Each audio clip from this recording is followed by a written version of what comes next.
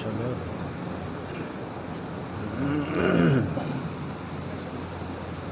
الحمدللہ رب العالمین والعاقبۃ للمتقین والصلاة والسلام علی سید الانبیاء والمرسلین وعلی آلہ الطیبین الطاہرین اما بعد فاعوذ باللہ من الشیطان الرجیم بسم اللہ الرحمن الرحیم قل ان صلاتی ونسکی ومحیای ومماتی للہ رب العالمین ثم قال اللہ تبارک وتعالی فی الکلام المجید والفرقان الحمید فصل لربک وانحر صدق اللہ مولانا العظیم وبلغنا رسولہ النبی الکریم الامین ونحن علی ذلک لمن الشاہدین والشاکرین والحمد للہ رب العالمین قال اللہ تبارک وتعالی فی شان حبیبہ ان اللہ وملائکتہ یصلون علی النبی یا ایھا الذین آمنوا صلوا علیہ وسلموا تسلیما الصلاۃ والسلام علیک یا سیدی یا رسول اللہ وعلی آلک وصحبک یا سیدی یا حبیب اللہ الصلاۃ والسلام علیک یا سیدی یا نور اللہ وعلی آلک وصحبک یا سیدی یا شفیع المذنبین الصلاۃ والسلام علیک یا سیدی یا خاتم المعصومین وعلی آلک وصحبک یا سیدی یا خاتم الانبیاء۔ حمد و صلوات کے بعد اللہ تبارک و تعالی جل جلالہ و منوالہ وعظم شانہ و اتم برہانہ کا لامحدود شکر ہے، جس کے خصوصی فضل و احسان سے ہم اس کی پاک بارگاہ میں حاضر ہیں۔ دعا ہے کہ اللہ تبارک و تعالی اسی طرح اسلام والی سلامتی، ایمان والی موت عطا فرمائے۔ آج ماہ ذوالحجہ شریف کی 11 تاریخ ہے اور عید کا دوسرا دن ہے۔ خالق کائنات جل جلالہ عظم نوالہ نے قرآن عزیز برہان رشید میں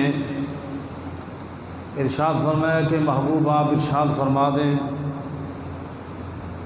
مقصد زندگی کیا ہونا چاہیے۔ محبوب آپ ارشاد فرما دیں قل ان صلاتی و نسکی، کہ میرا نماز پڑھنا اور میری قربانی کرنا، ومحیای و مماتی للہ رب العالمین، میرا زندہ رہنا اور میرا مرنا یہ صرف رب العالمین کے لیے ہے۔ تو مقصد حیات کہ زندہ رہنا بھی اللہ کے لیے، مرنا بھی اللہ کے لیے، نماز بھی اور قربانی بھی اللہ کے لیے۔ مزید خالق کائنات نے ارشاد فرمایا فصلی لربک وانحر، آپ محبوب نماز پڑھیں اور اس کی راہ میں قربانی کریں۔ تو تاریخ اسلام میں قربانی کہ ایسی چیز ہے کہ مختلف ادوار، مختلف جو ہے دوروں میں قربانی اپنے اپنے طریقے سے اللہ تبارک و تعالی جل جلالہ کا قرب حاصل کرنے کے لیے ادا کی جا رہی تھی، تاکہ نبی کریم علیہ السلام کا زمانہ تر اور پھر قیامت تک کے مسلمانوں کو حکم دیا گیا۔ تاریخ اسلام ہم پڑھیں تو پتہ چلتا ہے سب سے پہلے قربانی حضرت آدم علیہ السلام کے 2 بیٹوں حابیل اور قابیل نے اللہ تبارک و تعالیٰ کی بارگاہ میں قربانی پیش کی، اور پھر ان میں سے قابیل کی قربانی مسترد ہو گئی اور حابیل کی قبول ہو گئی۔ اس وقت کا رواج اور طریقہ کار یہ تھا۔ قرآن عزیز میں پورا رکوع اس حوالے سے ارشاد ہوا ہے وَاتْلُ عَلَيْهِمْ نَبَأَ ابْنَيْ آدَمَ بِالْحَقِّ إِذْ قَرَّبَا قُرْبَانًا فَتُقُبِّلَ مِنْ أَحَدِهِمَا وَلَمْ يُتَقَبَّلْ مِنَ الْآخَرِ قَالَ لَأَقْتُلَنَّكَ قَالَ إِنَّمَا يَتَقَبَّلُ اللَّهُ مِنَ الْمُتَّقِينَ۔ کہ محبوب آپ ان کو خبر پڑھ کے سنائیں آدم علیہ السلام کے 2 بیٹوں کی قربانی کی، جن میں سے ایک کی قبول ہوگی اور ایک کی رد ہو گئی۔ صورت حال یہ تھی کہ ابتدائے خلق، تخلیق کائنات کی ابتدا تھی، اور حضرت آدم علیہ السلام اور اماں جی حوا، ان سے بیٹوں اور بیٹیوں کی ولادت کا سلسلہ آغاز اس طرح ہوتا ہے کہ آپ کے ہاں ایک حمل صبح ہوتا ہے اور ایک شام کو ہوتا ہے، یعنی یہاں تو 9 مہینے کے بعد بچے کی ولادت ہے، لیکن جب آغاز کائنات ہوا تو اماں جی کے ہاں صبح کو حمل ہوتا تھا اور شام کو حمل ہوتا تھا۔ صبح بیٹا بیٹی ایک حمل میں پیدا ہوتے اور شام کو بیٹا بیٹی ایک حمل سے پیدا ہوتے، اور جو صبح بیٹا پیدا ہوتا شام والی بیٹی کے ساتھ اس کا نکاح، اور جو شام کو بیٹا پیدا ہوتا صبح والی بیٹی کے ساتھ اس کا نکاح۔ اب حالت یہ تھی کہ جس حمل میں آدم علیہ السلام کا بیٹا حابیل پیدا ہوا تو اس کے ساتھ جو بیٹی پیدا ہوئی تھی، اصول کے مطابق دوسرے حمل میں قابیل اور اس کی بہن جو پیدا ہوئی اکٹھے، تو قابیل کی بہن کا نکاح حابیل کے ساتھ اور حابیل کی بہن کا قابیل کے ساتھ، جو صبح ہوا تھا اس کا شام کے ساتھ، جو شام کو تھا صبح کے ساتھ۔ اب صورتحال یہ تھی کہ جو قابیل کے ساتھ بچی پیدا ہوئی وہ بڑی خوبصورت تھی۔ اب اس نے کہا کہ میں تو اس سے نکاح کروں گا، تو بابا جی نے فرمایا یہ تو ناجائز ہے، حرام ہے، تیرے حمل کے ساتھ یہ پیدا ہوئی ہے اور یہ تیری بہن ہے، لہذا تیرا نکاح حابیل کے ساتھ جو بچی پیدا ہوئی ہے اس کے ساتھ ہوگا۔ اور ہوا یہ ایسے ہی کہ حضرت حابیل کا نکاح جو قابیل کے ساتھ پیدا ہوئی تھی لڑکی اس کے ساتھ کر دیا گیا۔ تو اب قابیل کو بڑی رنجش تھی، یہ ایسا نہیں ہو سکتا، تو پھر حضرت آدم علیہ السلام نے فرمایا کہ ایسے کرو، تم قربانی دو اللہ کی راہ میں، جس کی قربانی قبول ہو گئی اس کا نکاح کر دیں گے، اگر تیری قربانی قبول ہو گئی تو تیرا اس کے ساتھ نکاح کر دیں گے۔ تو اب چونکہ وہ قربانی کے قبول ہونے کا ایک انداز تھا کہ حابیل اور قابیل یہ دونوں گندم وغیرہ لے کر پہاڑ کی چوٹی پہ انہوں نے رکھ دی اور آسمان سے بجلی آتی، یہ قبولیت کی علامت تھی کہ جس کی گندم یا وہ جانور ہوتا تو اس کو اگر وہ جلا دیتی تو سمجھا جاتا کہ قبول ہو گئی، اگر نہیں جلایا تو پھر قبول نہیں ہوئی۔ یہی صورتحال ہوئی کہ حضرت حابیل کی قربانی کو آسمانی بجلی نے آگے جلا دیا اور قابیل کی نہیں جلایا۔ اب ان کو وہ رنجش پیدا ہوئی، یہ کیا ہوا؟ تو پھر غصے میں آ کے، یہ لمبا قصہ ہے، سب سے پہلا قتل کرنے والا حضرت آدم علیہ السلام کا بیٹا یہ قابیل تھا، جس نے حسد میں آ کے، غصے میں آ کے اپنے ہی چھوٹے بھائی حابیل کو قتل کر دیا۔ تو یہ کائنات کا سب سے بڑا پہلا قتل تھا۔ اب اسی حوالے سے فرمایا گیا ہے کہ اب قیامت تک جتنے بھی قتل ہوں گے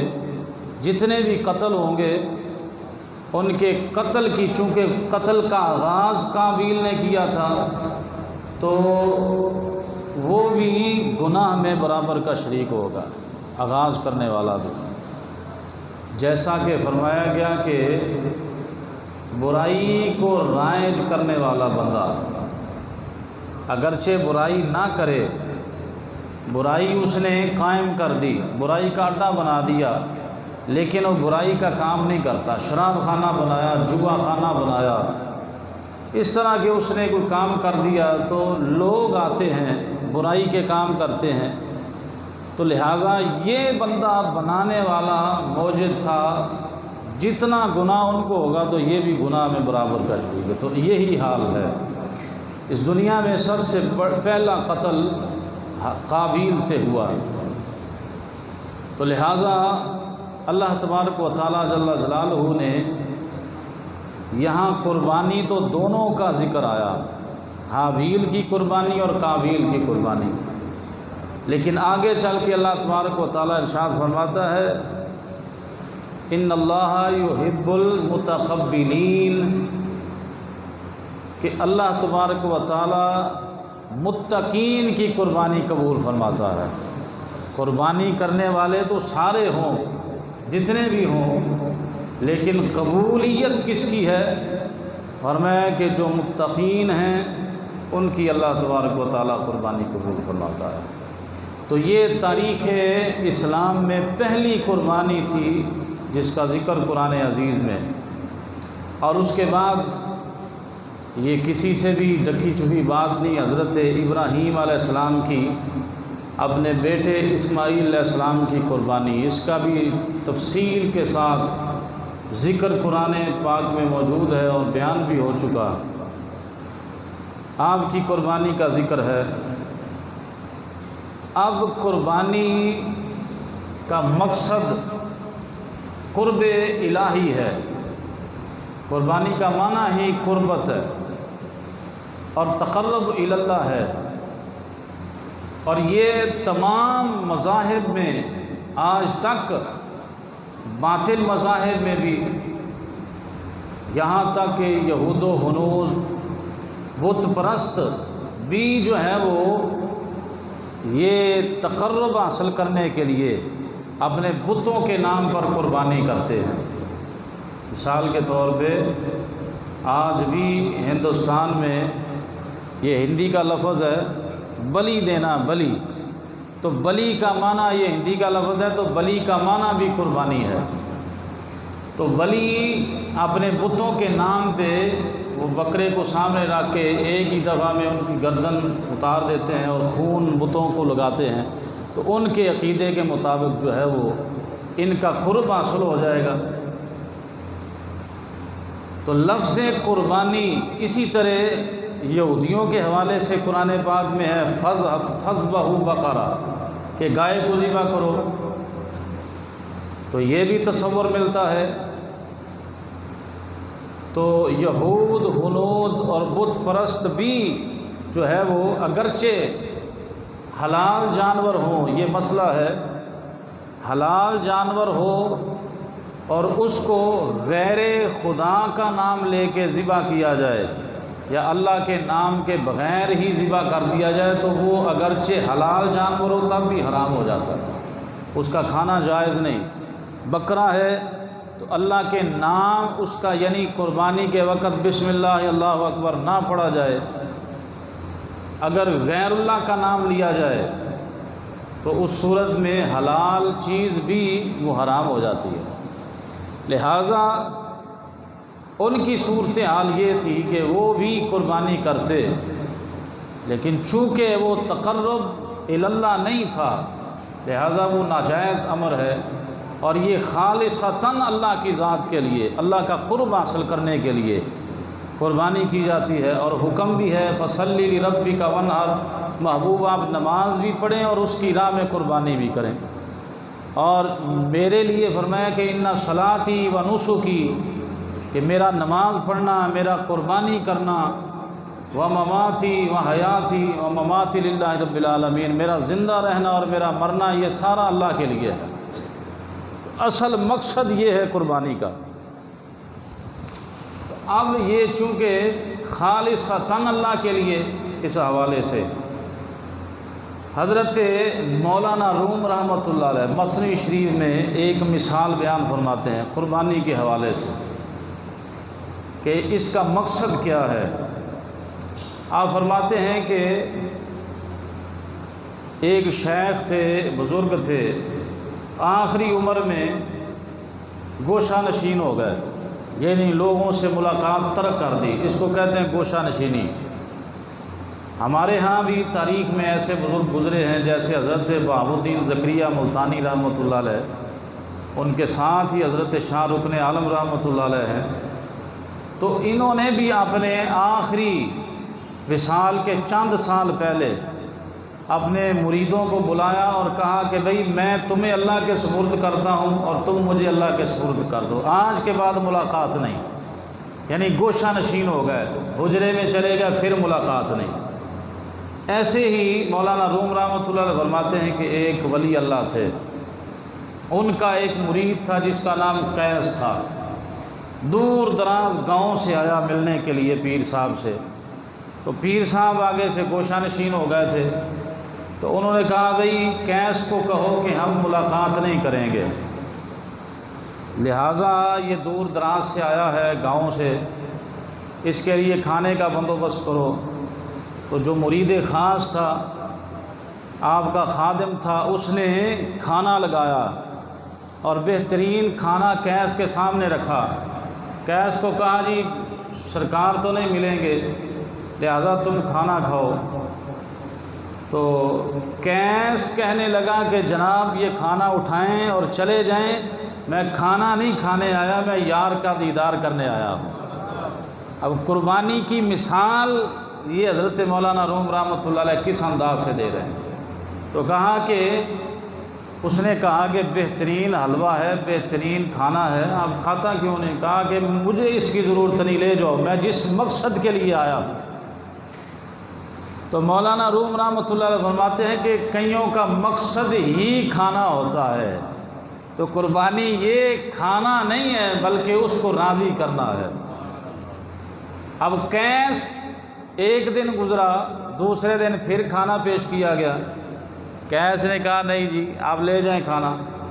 تو قیس کے ساتھ ایک اور بندہ دیکھ رہا تھا، اس نے کہا یار وہ کھانے پینے کا شوقین تھا، تو جو یہ بھی ایک عجیب بات تھی کہ ہر روز نیا ہی خادم آتا تھا، ایک ہوتا تو اسے پتہ ہوتا یہی قیس ہے، تو اب ہر دن ایک نیا خادم آتا، تو اس کی بھی موج لگ گئی۔ دوسرے بندے نے دیکھا قیس کی طرح پگڑی باندھی، اس کا حلیہ اتارا اور وہ بھی ستون کے پاس آگے بیٹھ گیا۔ اب یہ نیا خادم آیا دوسرے دن، اس نے کہا بھی قیس کون ہے؟ تو اس نے کہا میں قیس ہوں۔ اچھا میں قیس ہوں، لو جی پیر صاحب نے آپ کے لیے آج بہترین کھانا بھیجا ہے۔ تو آج بہترین کھانا آیا، تو یہ جو جھوٹ کا بناوٹی قیس بنا تھا،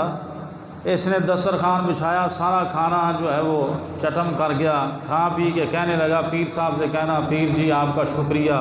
آپ نے اتنا بہترین کھانا قیس کو کھلایا۔ اب تیسرا دن آیا، اس کے ہی حصے میں وہ کھانا۔ اب پیر صاحب کو یہ نیا خادم جا کے بتاتا ہے کہ حضرت جی قیس تو روز کھانا کھاتا ہے۔ تو وہ بھی اہل اللہ تھے اور نظر والے تھے، تو انہوں نے کہا کہ یہ کوئی عجیب مسئلہ لگتا ہے، یہ کوئی اور قیس لگتا ہے، یہ وہ قیس نہیں۔ حالانکہ وہ بھی قیس 3 دن سے اسی مسجد میں بیٹھا ہوا تھا۔ اب پیر صاحب نے نئے خادم کو بھیجا اور ساتھ کھانا بھیجا، بہترین کھانا بھیجا پہلے سے بھی، اور کہا کہ لو جی یہ پیر صاحب نے آج بڑا پرتکلف کھانا بھیجا ہے، اس کو تناول کرو۔ اب اس نے کھانا تناول کیا اور ساتھ کہا کہ جناب آج تو بڑا مزہ آیا، پیر صاحب سے کہنا کہ اللہ آپ کا بھلا کرے، آپ نے تو آج بڑی شفقت فرمائی ہے، تو یہ ہے، بڑی تعریفیں کی۔ تو ساتھ ہی پیر صاحب نے خادم کو ایک خنجر دے کے بھیجا تھا اور کہا تھا کہ اس کو کہنا اگر وہ اصلی قیس ہوگا تو اس کو کہنا پیر صاحب کہتے ہیں کہ جسم کے کسی حصے سے اپنا گوشت کا ٹکڑا کاٹ کے دے، گوشت کا ٹکڑا کاٹ کے دے۔ اب کھانا کھا کے فارغ ہوا، دعائیں دی، تو خنجر رکھا سامنے۔ وہ جھوٹ کا جو قیس بنا تھا، کھانے پینے والا، جو پیٹ کا طالب تھا، پجاری تھا، اس کو کہا لا بھائی پیر صاحب کہتے ہیں کہ مجھے گوشت کا ایک ٹکڑا چاہیے۔ اب یہ پریشان ہو گیا، اس نے کہا یار بات دراصل یہ ہے کہ میں تو کھانے والا کیس ہوں، یہ گوشت کا ٹکڑا دینے والا وہ کیس بیٹھا ہوا ہے، اس کے پاس جاؤ۔ تو وہ خادم اس کے پاس گیا اور جاتے ہی کہا کہ پیر صاحب نے کہا کہ جسم کا ایک حصہ چاہیے، ٹکڑا چاہیے۔ وہ کیس اٹھا اور جھومنے لگا، خوش ہو گیا۔ تو یہ جو نیا کیس تھا اس نے کہا کہ اس میں خوش ہونے والی کون سی بات ہے، بڑا خوش ہو رہا ہے، گوشت کا ٹکڑا چاہیے پیر صاحب کو اور تو خوش ہو رہا ہے۔ تو یہ کیس کہنے لگا جو اصل میں تھا، اس نے کہا آج 3 دن ہو گئے ہیں یار زیارت نہیں کروا رہا اور میں بھی بیٹھا اسی لیے تھا، اب جا کے پوچھو حضرت صاحب سے جسم کا کون سا حصہ چاہیے، کون سے جسم کا حصے کا ٹکڑا چاہیے۔ میں تو آیا اسی لیے تھا، میں تو آیا ہی زیارت کے لیے تھا، میں تو آیا ہی شوق دیدار کے لیے تھا، مجھے تو کھانے کی طلب ہی نہیں تھی۔ تو اب پیر صاحب نے پھر کہا کہ آ جاؤ بھائی، ارادہ تو نہیں تھا لیکن چونکہ تو اپنے یقین میں اور ایقان میں اور عقیدت میں صادق ہے لہذا آ جا، میں تجھے اپنا دیدار کراؤں، میرے پاس آ جا۔ تو حضرت مولانا روم رحمۃ اللہ علیہ یہ قصہ بیان کر کے کہتے ہیں کہ قربانی کا اصل مقصد ہی یہ ہے کہ کھانا پینا نہیں، بس رب کو راضی کرنا ہے۔ جیسے ایک دنیا کے مرشد کے لیے کہ وہ صادق مرید جو ہے وہ صرف دیدار کا طالب تھا اور کہتا تھا کہ میں نے دیدار ہی کرنا ہے، مجھے کھانے پینے کی ضرورت نہیں، ملفوظات عالیہ میں سننے آیا ہوں اتنی دور سے، تو لہٰذا یہ بیان فرمایا گیا کہ صرف کھانا مقصد نہیں، حالانکہ قرآن عزیز میں بھی اسی بات کا ذکر ہے لن ینال اللہ لحومها ولا دماؤها ولکن ینالہ التقوی منکم، نہ ہرگز تمہاری قربانیوں کا گوشت نہ خون اللہ کی بارگاہ میں پہنچتا ہے، کیا پہنچتا ہے؟ وَلَٰكِن يَنَالُهُ التَّقْوَىٰ مِنْكُمْ، یعنی تمہارے دلوں کا تقوی اس کی بارگاہ میں پہنچتا ہے، یعنی کتنے تقوی کے ساتھ، کتنی پرہیزگاری کے ساتھ تم نے قربانی کی ہے، تو یہ اس کی بارگاہ میں۔ اور پھر اس کے فضائل کے بارے میں درۃ الناصحین میں حضرت جناب سیدنا داؤد نبی علیہ الصلوۃ والسلام آپ نے اللہ کی بارگاہ میں یہ عرض کی کہ یا اللہ امت محمدیہ صلی اللہ علیہ وسلم جو تیری راہ میں قربانی کرے گی تو اسے ثواب کیا ملے گا؟ بڑی قابل غور بات ہے، جو امت محمدیہ تیری بارگاہ میں قربانی پیش کریں گے تو انہیں ثواب کیا ملے گا؟ تو فرمایا گیا کہ داؤد ہر بال کے بدلے 10 نیکیاں عطا کروں گا، ہر بال کے بدلے 10 گناہ معاف کروں گا اور ہر بال کے بدلے 10 درجے بلند کروں گا۔ اور قربانی کے کتنے بال ہیں یہ کوئی شمار ہی نہیں کر سکتا۔ اور پھر ساتھ یہ بھی ارشاد فرمایا کہ ہر بال کے بدلے جنت میں ایک محل عطا کروں گا، ہر بال کے بدلے ایک حور عطا کروں گا، اور پھر ایک ایسی سواری جنت میں عطا کروں گا جس سواری پہ بیٹھ کے یہ جنتی جہاں چاہے اس کی رفتار حد نگاہ تک ہوگی، جہاں چاہے وہ چلا جائے۔ اور ساتھ ہی ارشاد فرمایا داؤد سن لو ان الضحایا ہی المطایا وترفع البلایا یوم القیامہ، فرمایا کہ یہ قربانیاں سواریاں ہیں قربانی کرنے والوں کے لیے، اور قیامت کے دن گناہ بخشوانے کا یہ بہترین ذریعہ ہے۔ تو گرامی قدر احباب، محبت کے ساتھ اگر کوئی خلوص کے ساتھ صرف اللہ کی رضا کے لیے قربانی کرے تو اس کا کتنا بڑا اجر ہے۔ حضرت سیدنا احمد بن اسحاق رحمۃ اللہ علیہ بہت بڑے بزرگ ہیں، آپ فرماتے ہیں کہ میرا بھائی فقیر تھا، غریب ہونے کے باوجود بھی کوشش کرتا تھا قربانی کرنے کی۔ ساری زندگی غریب ہونے کے باوجود بھی قربانی جو ہے وہ کرتا تھا۔ تو کہتے ہیں اس کا وصال ہو گیا، فوت ہو گیا، تو میرے دل میں چاہت تھی۔ حضرت سیدنا احمد بن اسحاق رحمۃ اللہ علیہ فرماتے ہیں میرے دل میں خواہش تھی کہ میں خواب میں بھائی کو دیکھوں اور پوچھوں کہ اللہ نے تیرے ساتھ معاملہ کیا کیا۔ تو آپ نے 2 نفل پڑھے اور اللہ کی بارگاہ میں دعا کی، دعا قبول ہوئی، تو آپ نے دیکھا کہ قیامت قائم ہو چکی، لوگ جنتی جنت میں جا رہے ہیں، اور میں نے اچانک اپنے بھائی کو دیکھا جو فقیر تھا، جو غریب تھا۔ میں نے اپنے بھائی کو خواب میں دیکھا، وہ ایک چتکبرے گھوڑے پہ بیٹھا ہوا ہے اور اس کے ارد گرد بہت سارے گھوڑے ہیں۔ تو میں قریب گیا تو میں نے جا کے پوچھا بھائی اللہ نے کیا معاملہ کیا؟ تو اس نے کہا کہ اللہ تبارک و تعالیٰ نے مجھے بخش لیا ہے، صرف 1 درہم میں نے ایک بوڑھی غریب عورت کو صدقہ کیا تھا، اس وجہ سے اللہ نے میری معافی کر دی ہے، مجھے معاف کر دیا اور مجھے جنت عطا کر دی۔ تو حضرت سیدنا احمد بن اسحاق رحمۃ اللہ علیہ آپ فرماتے ہیں کہ میں نے پوچھا یہ گھوڑے کو یہ کیا ہے، یہ جس سواری پہ بیٹھا ہے یہ کیا ہے؟ تو اس نے کہا کہ یہ جس پہ میں سوار ہوا ہوں یہ میری زندگی کی پہلی قربانی ہے، یہ جو میں نے پہلی قربانی کی تھی یہ اس پہ سوار ہوا ہوں، اور یہ ساری زندگی کی قربانیاں میرے ارد گرد کھڑی ہوئی ہیں، اور اللہ نے مجھے حکم دیا ہے جنت میں چلا جا، میں اس سواری پہ بیٹھ کے جنت میں جا رہا ہوں۔ گرامی قدر احباب، تاجدار کائنات فخر موجودات صلی اللہ تعالیٰ علیہ وسلم نے اسی طرح ارشاد فرمایا کہ قیامت والے دن جب میت مردے اپنی قبروں سے اٹھیں گے اور وہ کامل الایمان ہوں اور اللہ کی راہ میں قربانی کرنے والے ہوں، اور میں اٹھیں گے، وہ بعد میں ان کی قبر پہ قربانی کے جانور کھڑا ہوگا، وہ جانور کھڑا ہوا ہوگا۔ تو آقا علیہ السلام فرماتے ہیں کہ صورتحال کیا ہوگی کہ ہر بال اس کا سونے کا ہوگا، اس کے سینگ سونے کے ہوں گے، اور اس کی آنکھیں جو ہیں وہ جنت کے زبردج اور یاقوت کی ہوں گی۔ تو وہ اٹھتا ہی کہے گا کہ تو اتنا خوبصورت، تو کیا چیز ہے،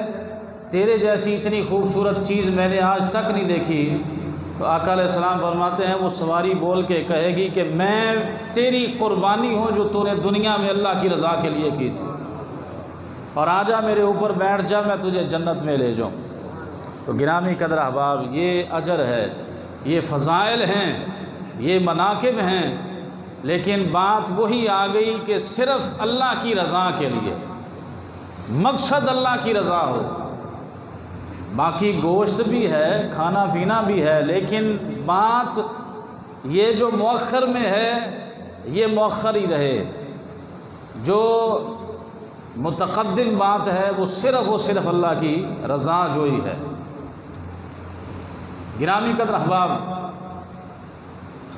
اب لوگ جو ہیں وہ قربانی کے جانوروں کے حوالے سے بہت سارے دین سے دور لوگ کہتے ہیں جی یہ جانوروں پر ظلم ہے، ان کو مارنا ہے، مال کا ضیاع ہے، تو یہ مال کو ضائع کرنا ہے۔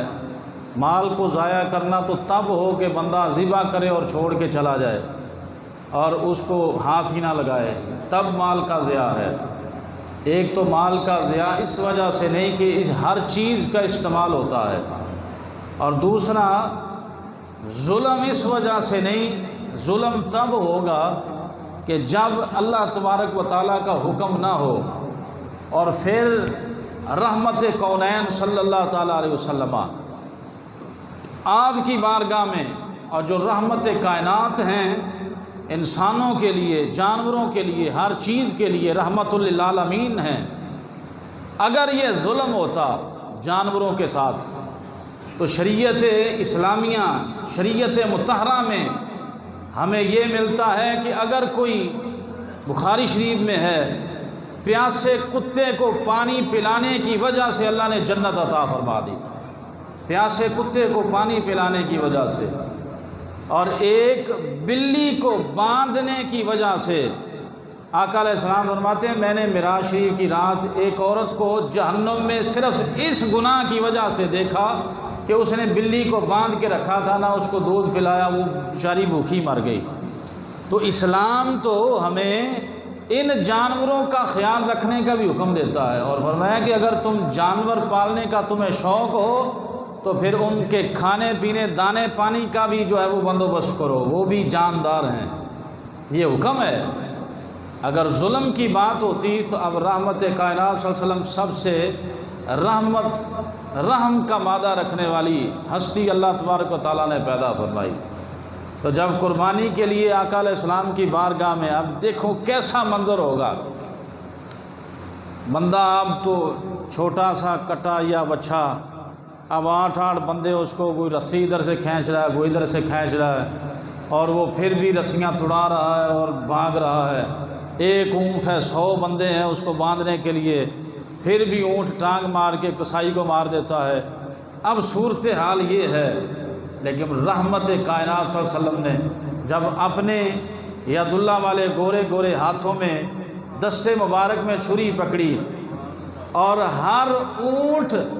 دھکے لگا رہا ہے کہ پیچھے ہٹ جو، پہلے میں نے قربان ہونا ہے، پہلے میں نے قربان ہونا ہے۔ نہ کسی نے رسی ڈالی، نہ کسی نے نکیل، نہ کسی نے پکڑا، تو وہ خود اپنی گردن آگے کر رہے ہیں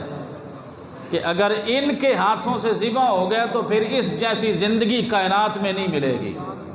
ان کے ہاتھوں سے ذبح ہونے کا مزہ ہی کچھ اور ہے۔ تو اگر ظلم ہوتا جانوروں پر تو رحمت کونین صلی اللہ علیہ وسلم کبھی نہ جانور کو ذبح فرماتے۔ اور پھر آقا علیہ السلام نے حکماً ارشاد فرمایا کہ آپ کے لیے مینڈا لایا گیا سرمئی رنگ کا، آپ آقا علیہ السلام نے اس کو ذبح کرتے ہوئے فرمایا کہ یہ میری طرف سے، میری اہل بیت کی طرف سے، اور قیامت تک میرے اس امتی کی طرف سے جو قربانی نہیں کر سکتا، قربانی کرنے کا شوق رکھتا ہے لیکن قربانی نہیں کر سکتا۔ تو گرامی قدر احباب، یہ ہیں امام الانبیاء تاجدار کائنات، جانوروں پر ظلم نہیں، جانوروں کی دیکھ بھال اور جانوروں کے ساتھ رحم دلی کا یہ دین اسلام ہمیں درس دیتا ہے، لیکن یہاں جو ہے وہ رحم والا وہ سلسلہ نہیں، یہ حکم ربی ہے، کیونکہ یہ ذریعہ قرب الہی ہے، اور قرب الہی کا ذریعہ سوائے ذبح کے حاصل نہیں ہو سکتا۔ اور خاص کر کے ان ایام میں یہ جو 10، 11 اور 12 یہ یوم النحر کے دن ہیں، تو گرامی قدر احباب اب یہ بھی ایک چلیں بر سبیل تذکرہ بات آ گئی۔ اب لوگ بڑا شور کرتے ہوئے نظر آتے ہیں، جی قربانی کے 4 دن ہیں، قربانی چوتھے دن ہی بندہ کر سکتا ہے، حالانکہ بے شمار صحابہ اکرام رضوان اللہ علیہم اجمعین سے یہ روایات ہے کہ قربانی صرف 3 دن ہے، 10 ذی الحج اور اس کے بعد 2 دن 11 اور 12۔ شریعت مطہرہ میں 10 کے طلوع آفتاب سے لے کے 12 کے غروب آفتاب تک یہ قربانی کے ایام ہیں، اس کے بعد نہیں۔ اور لوگ جو ہیں وہ شور مچاتے ہیں کہ جی چوتھے دن بھی قربانی کر سکتے ہو، ایسے ہی بے تکی بات، جیسے وہ کہتے ہیں کٹے کی قربانی نہیں ہے۔ یہ وہی لوگ شور ڈالتے ہیں جو کہتے ہیں نہیں جی کٹے کی قربانی نہیں کرنی چاہیے بھی، کیوں نہیں کرنی چاہیے؟ اس لیے نہیں کرنی چاہیے کہ نبی علیہ السلام نے نہیں کی۔ یہ کوئی دلیل ہے؟ یہ کوئی دلیل ہے کہ آقا علیہ السلام نے کٹا نہیں کیا، بھینس نہیں کی، تو لہذا ہم بھی نہیں کریں گے؟ بات دراصل یہ ہے کہ یہ کٹا، یہ بھینس، یہ عرب کا جانور ہی نہیں ہے۔ یہ عرب میں آج بھی بھینسیں نہیں نظر آتی، آج بھی وہاں بھینسیں، یہ ہے ہی عجم کا جانور۔ تو اگر آقا علیہ السلام کے زمانات اور عرب میں یہ ہوتا تو حضور یقیناً کرتے۔ اور بہیمۃ الانعام میں جو ہے وہ گائے کی یہ نسل ہی اس کو بتایا گیا ہے، یہ گائے کی ایک قسم ہی بتایا گیا ہے یہ، تو اس وجہ سے یہ جائز ہے، سارا سال کٹا کھاؤ کوئی مسئلہ نہیں ہے، لیکن عید میں شور مچاؤ، کٹا کرنا جو ہے وہ یہ سنت سے ثابت نہیں ہے۔ سنت سے تو پھر اب اس طرف آئیں تو پھر راجن پوری بکرا بھی سنت سے ثابت نہیں ہے، اب مکھی چینا بکرا بھی سنت سے ثابت نہیں ہے۔ اب عرب میں جائیں اور وہاں سے بڑے بڑے بالوں والے بکرے لے کے آئیں یا دمبے لے کے آئیں تو وہی کریں جو عرب میں موجود ہیں۔ یہ کوئی دلیل کی بات نہیں ہے کہ جی اس کا ذکر قرآن شریف میں نہیں ہے۔ تو سوال پیدا ہوتا ہے کہ کٹے کے علاوہ جس جانور کا ذکر قرآن میں ہو تو وہ کر لینا چاہیے۔ بتائیں جی، جس جانور کا ذکر قرآن میں ہو تو وہ کر لینا چاہیے۔ اللہ نے تو قرآن میں گدھے کا بھی ذکر فرمایا جی، کھوتے کا ذکر آیا، سور کا ذکر آیا ہے، گھوڑے کا ذکر آیا ہے، نام لے کے اللہ تبارک و تعالیٰ جل جلالہ والخیل والبغال والحمیر، تو گدھے کا، گھوڑے کا، سور کا تو بہت جگہ پہ خنزیر کا ذکر آیا ہے، نام لے کے خنزیر کا، تو پھر نام آ جائے تو وہ چیز جائز ہو جاتی ہے؟ یہ تو بات ہی کوئی نہیں ہے۔ یہ بے تک کی دلیلیں کہ یہ جائز نہیں ہے۔ جواز کی دلیل کے لیے اتنا ہی کافی ہے کہ نص کو دیکھا جاتا ہے، تو لہٰذا یہ گائے کی ایک قسم ہے تو اس لیے جائز ہے، اس میں کوئی معاملہ نہیں۔ اور خالق کائنات جل جلالہ نے رہی 4 دن کی قربانی کا ذکر، تو اللہ تبارک و تعالیٰ جل جلالہ نے فرمایا سورۃ الحج میں وَيَذْكُرُ اسْمَ اللَّهِ فِي أَيَّامٍ مَعْلُومَاتٍ، یعنی معلوم دنوں میں، یہ نہیں کہ سال میں جب بھی آپ قربانی کر لیں، معلوم دن یہی ہیں 10، 11، 12، یہ 3 ایام ہیں۔ اور ایام کا لفظ ہی لغوی طور پہ کم از کم 3 پر اطلاق ہوتا ہے۔ ایام کا لفظ ہی عربی زبان میں آپ 3، کم از کم 3 پر اطلاق ہوتا ہے، اس سے زائد پر نہیں ہوتا۔ تو لہذا قرآن عزیز سے بھی یہ نص وارد ہو رہی ہے کہ 3 دن ہی ہیں قربانی کے، اور نص صریحہ کے علاوہ صحابہ اکرام رضوان اللہ علیہم اجمعین، حضرت نافع رضی اللہ تعالیٰ عنہ، یہ شاگرد ہیں حضرت عبداللہ بن عمر رضی اللہ تعالیٰ عنہ، آپ فرماتے ہیں کہ حضرت عبداللہ بن عمر فرماتے ہیں الاضحیٰ یوم بعد یوم الاضحیٰ، یعنی قربانی کے دن کے علاوہ باقی اور 2 دن ہیں قربانی کے، یعنی 3 دن ہو گئے۔ اسی طرح حضرت حیدر کرار مولا علی رضی اللہ تعالیٰ عنہ کا بھی یہی مسلک، حضرت قتادہ رضی اللہ تعالیٰ عنہ حضرت انس رضی اللہ تعالیٰ عنہ سے روایت کرتے ہیں کہ عذبہ بعد النحر یومان، فرمایا کہ ذبح کرنے کا 10واں دن ہے، یعنی 10 ذی الحج ہے، اور اس کے بعد 2 دن اور ہیں۔ یہ بھی صحابہ اکرام، حضرت ابن عباس رضی اللہ تعالیٰ عنہ آپ بھی فرماتے ہیں النحر 3 ایام، یعنی قربانی کے صرف 3 دن ہیں۔ یہ اتنے جلیل القدر صحابہ اکرام رضوان اللہ علیہم اجمعین 3 دن قربانی کا کہہ رہے ہیں، اور یہ آج شور مچاتے ہوئے میں نظر آتے، 4تھے دن ہی بندہ کر سکتا جی، بھئی کیا پریشانی کس چیز کی ہے؟ اور یہ تو حدیث پاک میں ہے کہ سب سے زیادہ ثواب جو ہے قربانی کا پہلے دن ہے، پہلے دن، پھر فرمایا دوسرے دن، پھر فرمایا تیسرے دن۔ تو گرامی قدر احباب، ان چیزوں پہ ہمیں غور و خوض کرنا چاہیے۔ سب سے پہلے قربانی اللہ تبارک و تعالیٰ کی رضا کے لیے، اس کی رضا ہی مقصود ہونی چاہیے، اور اس کا تقرب حاصل کرنے کے لیے، قرب خداوندی کے لیے قربانی کی جائے، نہ کہ حصول گوشت کے لیے، نہ کہ اپنے زبان اور پیٹ کے مزے اور مختلف جو ہے وہ ڈشیں بنانے کا سوچ کے یہ بھی بنائیں گے، یہ بھی کھائیں گے، وہ بھی کھائیں گے، وہ تو ہوگا، اس میں شک نہیں ہے، لیکن سب سے پہلے اللہ رب العزت کا قرب، یہ نیت غالب ہونی چاہیے کہ میں نے اللہ کی رضا کے لیے قربانی کی ہے، اور پھر ان دوستوں تک ترسیل کرنا گوشت کی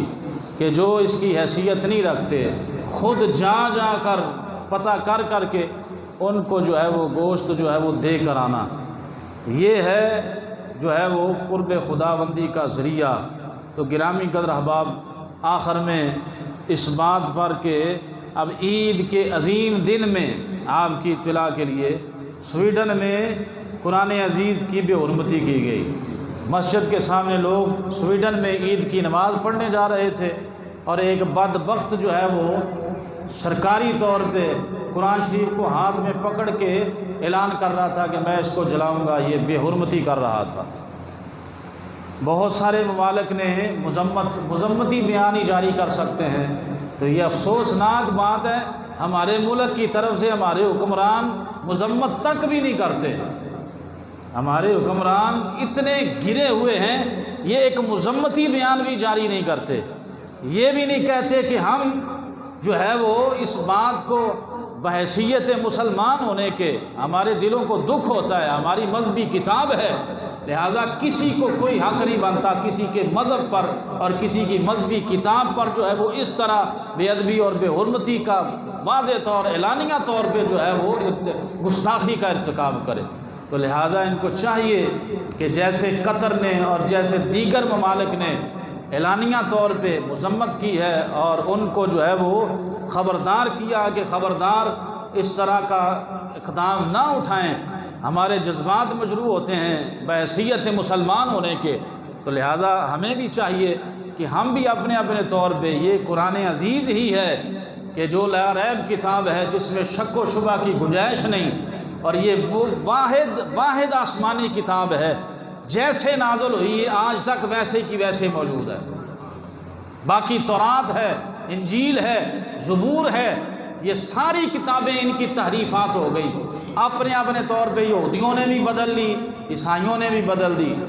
دیگر کتابیں بدل گئیں آسمانی، لیکن یہ ویسے ہی کی ویسے کیوں ہے؟ اگرچہ وہ بھی تینوں آسمانی تھی، بات دراصل یہ ہے کہ ان کی حفاظت کا ذمہ خود رب العالمین نے نہیں لیا تھا،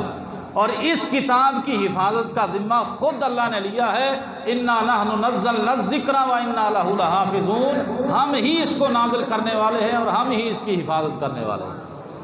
اور یہ قیامت تک من و عن ویسے ہی موجود رہے گی، اس کی برکات بھی ویسے ہی موجود رہیں گی۔ اللہ تبارک و تعالی جل جلالہ کی بارگاہ عالیہ میں دعا ہے، خالق کائنات جتنے بھی دین اسلام کے خلاف شر انگیزیاں کرنے والے ہیں ان کو اللہ نیست و نابود فرمائے، اور ہمیں صحیح معنوں میں دین اسلام پہ چل کے زندگی گزارنے کی توفیق عطا فرمائے۔ وما علینا الا البلاغ۔